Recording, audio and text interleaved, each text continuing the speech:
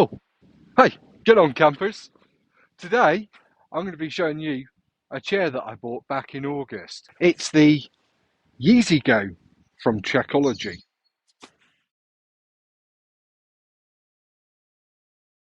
So let's get this set up. As you can see, it comes in its own storage bag, which has lots of webbing straps so that you can attach it to maybe your backpack or even the handlebars of your push bike. It unwraps in two parts, so you have the seat and the aluminium frame, which is Velcro wrapped to keep it all together. As soon as you pull that off, just let it go, and it goes up very, very quickly due to elastic which runs throughout the frame and pulls it together very much like a tent pole. There we have our frame, and to attach the seat pad, you must make sure that the Trekology logo is at the back and up the right way, and then take the bottom where we can see we've got a tiny little pocket and attach that to the 4 points on the frame. Can be a little bit stiff, especially when you've got cold fingers.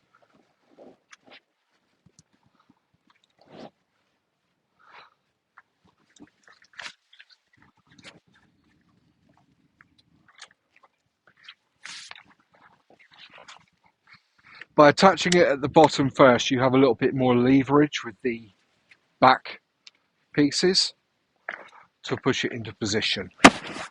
And there you have it, the Trekology Yizi-Go chair, which is nice and light. Perfect. Now I bought my iPad out so that I've got the correct specs. When it's packed up in its bag, it is 36 centimeters long and roughly 15 by 15 centimeters wide. Fully set up, we've got a total height from top to base of 71 centimeters, and the base of the seat sits at roughly 39 centimeters from the ground.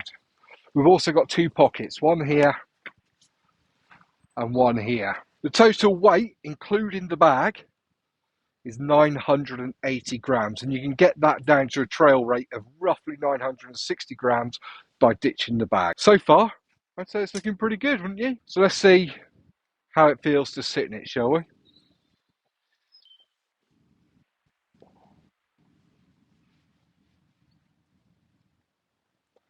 It's quite nice, very comfortable. The material is nice and strong, and you got ventilation on the backrest. It's double V stitched all the way around, gives it a lot of strength and durability. The pockets as well, they're really handy. You got somewhere to put your mobile phone, can of cider, bottle of beer, maybe a charging brick, or just fill it up with Smarties. I think the seat is a little bit, to be honest, too low to the ground. I feel like it's a long way down to the seat, and getting up with my bad knees is a little bit difficult. I think, yeah, maybe a little bit of support from your hand as you get up is a good idea. Overall, yeah, it's a very comfy seat. It's a nice way to spend an evening. But as for durability, I wonder how much of a beating it can take. So, feet off the floor. Oh, okay, let's try it this way. Not on the most even ground, but I'm sinking into the ground. How about on the knees?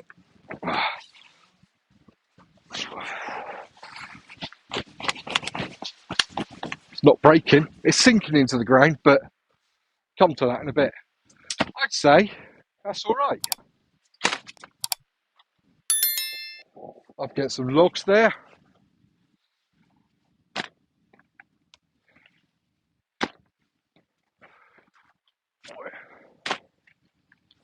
quite happy with its durability. So I've had the Yizi-Go chair from Trekology since August last year, and overall I've been quite impressed with it. It served me well on a number of camps. It's comfortable, and I really like the mesh panels on the side here.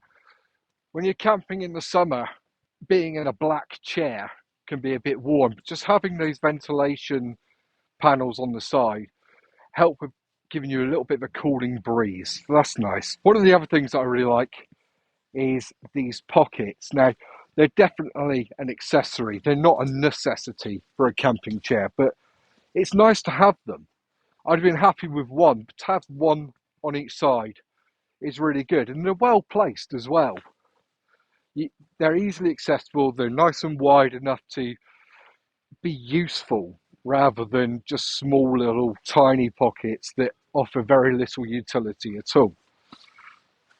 So that's what I like about the chair, but it does have a couple of cons. The first, and possibly the most important for me, is the legs. Now, as I've already demonstrated, they sink into soft ground.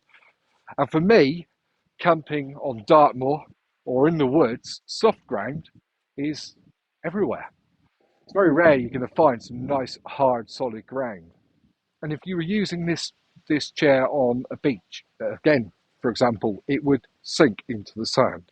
I think a couple of, as I've seen on other chairs, a couple of discs around the feet would help it stop sinking into the ground. And that would be a really, really good addition to this chair in a future revision. The other issue I have with it is that if you want a lightweight chair, you've got to expect it to do this, and that is just blow around.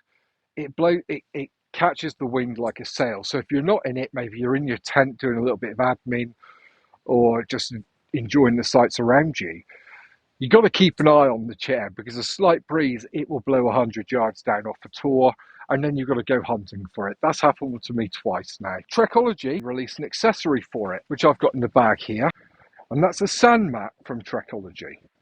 It's a very tiny little package, weighs just a few grams, and it unclips, opens up into a large square of mesh material. Now you can see that mine has been well used. And the way this works is very, very simple. You take the chair, and just like attaching the seat part of the chair, you attach these cups to each of the feet by pushing them over. Very, very simple.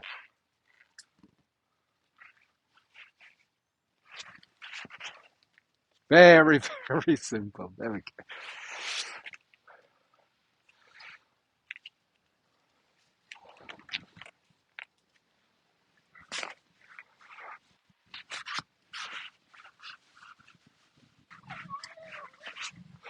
There we go. Now how that works is by placing each leg in each of the four corners of the sand mat. When you sit on it, it distributes the pressure or the weight of your body and the pressure onto the ground amongst a much greater area, rather than the four roughly 2-inch pinpricks of the legs, which would sink into the ground. So it prevents that sinking into the ground, and that's great. I like that. Unfortunately, it offers a little bit more rigidity to the chair. So the poles of the chair seem to pull in just a little bit more on your body. Here, in particular, on your legs, you can feel more pressure. So it makes the chair a little less comfortable. I think it's worth it. And it's an accessory that I think is worth buying for all of these style chairs. There's many of them out there. They're made by OEX and a lot of other non-brands, as well as Helinox, who also produce their own sand mat. Now the pricing currently is £40.99 for this black and orange version. And they do a green one as well, which comes in an extra pound. So it's £41.99, the green Trekology Yizi-Go chair. The Sand Mat edition which I think really should come with the chair, is priced at $14.99. Now, both of those prices are taken from Amazon today, which is the 9th of January 2023. When I purchased the chair, I bought it back in August of last year, 2022, and it cost me $32.99. So the price has increased by roughly £8. The sand mat, though, which I actually purchased 2 years ago for a previous chair, which broke, cost $14.99 back then and still costs the same today.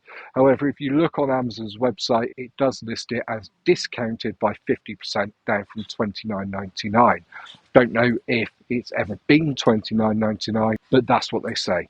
So it's $14.99 for the sand mat, 40 quid and 99 pence for the chair, or £41.99 for the green version of the chair. Do you need a chair when you go backpacking, wild camping or hiking? No, you don't need it. But it offers an extra level of luxury, of comfort, of relaxation that you wouldn't get without a chair. So if you're in the market for a new chair to take hiking, camping, off into the woods, or just to chill out at the beach, you could do a lot worse than grabbing yourself the Trekology Yizi-Go chair. At less than 1 kilo, it's next to nothing in your backpack. And it's definitely an addition that is worth the extra weight. So thank you for watching. And if you've enjoyed the review, please subscribe, give me a like, drop your comments down below and all that good stuff. You can also find me on other forms of social media, Facebook, Instagram, TikTok, the links of which are in my link tree, and I'll drop a link to that in the description below. So until next time, campers, take it Yeezy. Go. That was terrible, Dave. You enjoying yourself? You're going to pull down all that? All right, mate.